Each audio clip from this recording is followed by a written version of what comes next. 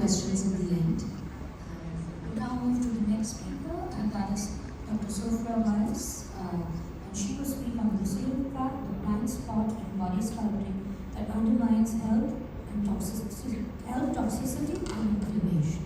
Over to you, Dr. Sofra. You're the ideal person on the stage for this session. Thank you for inviting me, and we're going to be talking about the problem with visceral fat and why it's the black spot in body sculpting.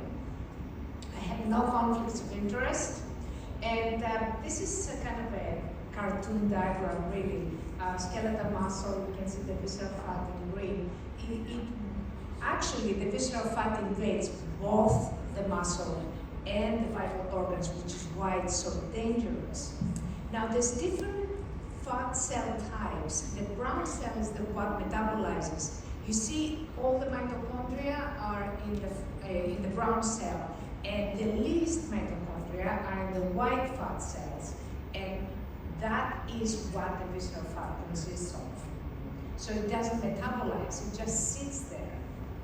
And that's why exercise is so difficult to remove it, or it cannot be removed with anything else. Now you may say, well, I'm skinny, you know, you can still have visceral fat even though you are not overweight. The problem, the most important problem with visceral fat is that it's like a toxic waste dump. It's like a garbage, pretty much. And this is all the toxic substances in visceral fat. I'm not going to go through it more thoroughly. All of this information has been based on about 200 articles that every review I have done. Now, visceral fat and cardiovascular toxicity, you can see how the heart rate increases, how the systolic and diastolic rate, the heart becomes toxic. Why? Because the fat invades the vital organs. And there is a lot more problems than that. It's the low-grade inflammation that creates all kinds of diseases, and that is involved with a hyperinsulinemia and estrogens. And the estrogens, the growth factors, are basically interact with each other to create the IGF signaling that is incorrect and creates the cancer. And cancer is basically disturbed communications. Now, it's not the exercise that gets you slender and fit. It's the hormonal balance. And that's something that I would like to kind of emphasize today, because that's what I would like to kind of give you. You can see you can have the hormonal belly that we call. You can have the cortisol increase that is going to increase, not just, it's going to increase your weight, not only your hunger, but also your weight. So that's the difficulty with lipolysis is that results for rebound if your hormones are imbalanced. And then we have the leptin problem. Leptin is an anorexogenic hormone. It basically stops you from eating, but there is a leptin resistance, so you can have too much leptin in the system, but not a signal of the leptin. So the leptin is there, but it has lost the signal. It's using high sensitivity, and you have very good regulation and not hunger, but you have a low sensitivity and you're starving. So the leptin must be within the normal range. You can have hypolipidemia, that means you're gonna starve, you're gonna be starving and you're gonna put on weight, or you're gonna have hyperlipidemia, which happens with diabetes. That means they have too much leptin in their system, but no signal. There is no communication. And again, it brings us back to the same thing. It's the communication between the hormones, it's the hormonal balance that keeps you healthy and keeps you slim and fit. Again, the insulin is a problem. Too little insulin, again, you're going to have the weight gain, you're going to have fatigue and weakness, and even seizures and coma and death. And the same thing with hyperinsulinemia. Too much insulin, but no signal. So it's there, but it's useless. And visceral fat has been associated with less adiponectin. That means decreased fatty acid oxidation and increased glucose synthesis. So you have more glucose, so you become more prone to diabetes. and higher CRP, which is inflammation. So visceral fat is basically inflammation. It has macrophages and T cells. You can see how everything is increased. Inflammatory kinases, interleukin, that's the interleukins are all the inflammatory agents. And visceral fat is intestinal inflammation. So as you can see, look at all the M2 macrophages that is associated with cancer and how much there are in the creeping fat. So it's the creeping fat that is associated with the visceral fat that creates the illness and the disease. So the problem with lasers and lipolysis is that they don't reach visceral fat. You cannot, because it has invaded the vital organs, and you cannot basically create lipolysis there because you're going to damage the vital organs. There are some studies that are associated low-level laser and exercise that they have found some visceral fat reduction. However, a follow-up study by the same investigators did not replicate the results. So there is no external validity.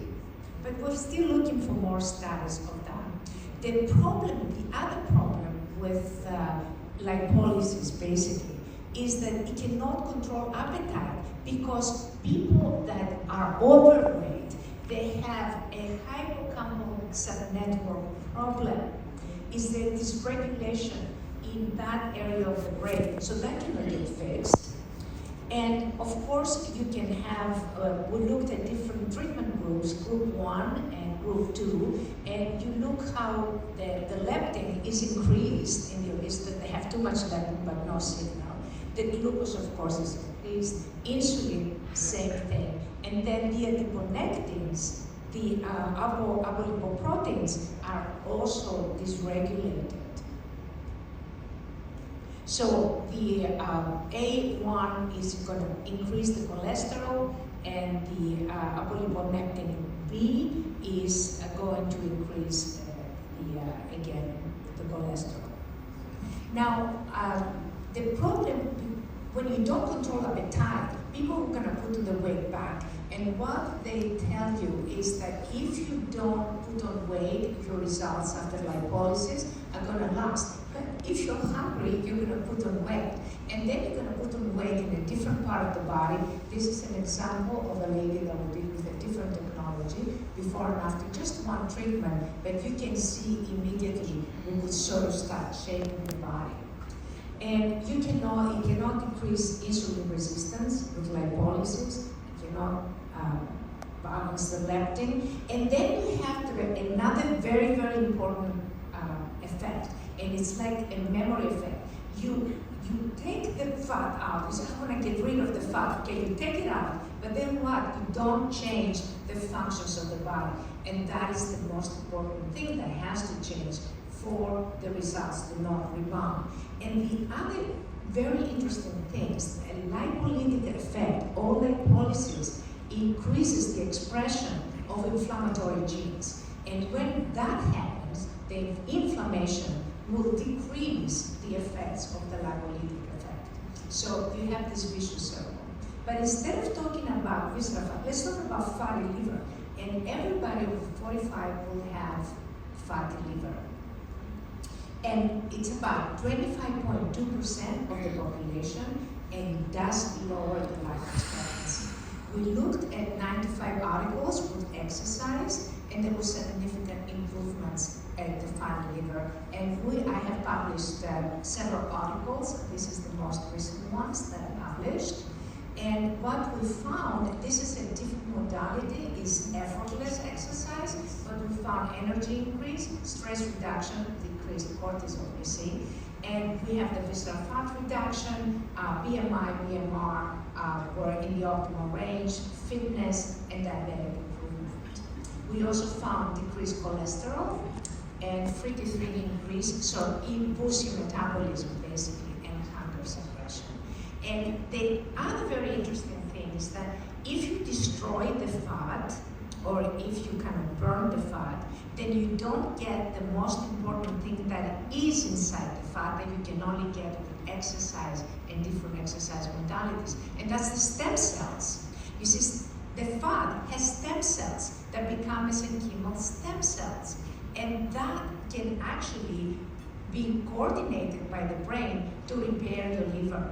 So we did another study and we looked at different indices of the liver repair, like ALD, AST, and albumin, and we found significant decreases in the ALD, AST, and ALB, and increase in albumin. Creatinine was, and bilirubin were also in the optimal range, and in ultrasonography we found that there was a fatty liver decrease in about 80% of the population. It was not significant because 20% is not significant, but it was quite, everybody had, the significant was that everybody had an improvement, but only 80% had full repair. BMI, BMR was in a normal range, and this is all our results were significant in all of these variables, very significant. And then we looked at long-term effects. And what we found that after 7 months and only 6 treatments, there was an AST was optimally decreased. That's a study that was done in Kuala Lumpur at the Swiss clinic in Malaysia. And what they also found, they found ALT and when the ALT was higher, it went down to the normal range, and when it was lower, it went up to the normal range. So basically it balanced the hormones. It balanced those, this was the most important thing. The GGT was the same effect. Some people had actually low GGT that was increased to be in the normal range. And the cortisol, same thing. Because if you have low cortisol, you can have Addison's disease, so it's no good. So if you have too high, you're going to have Cushing's disease. So the important thing is the balance. This is what's going to keep you healthy. And T3 was also significantly increased. This is my books that I have written. I've written 3 books that have been translated in 12 languages, and the articles that I have based all of this research of the PowerPoint that you heard today. And with this, I would like to thank you. And if you need to reach me, you can reach me at science@iellios.com. Thank you.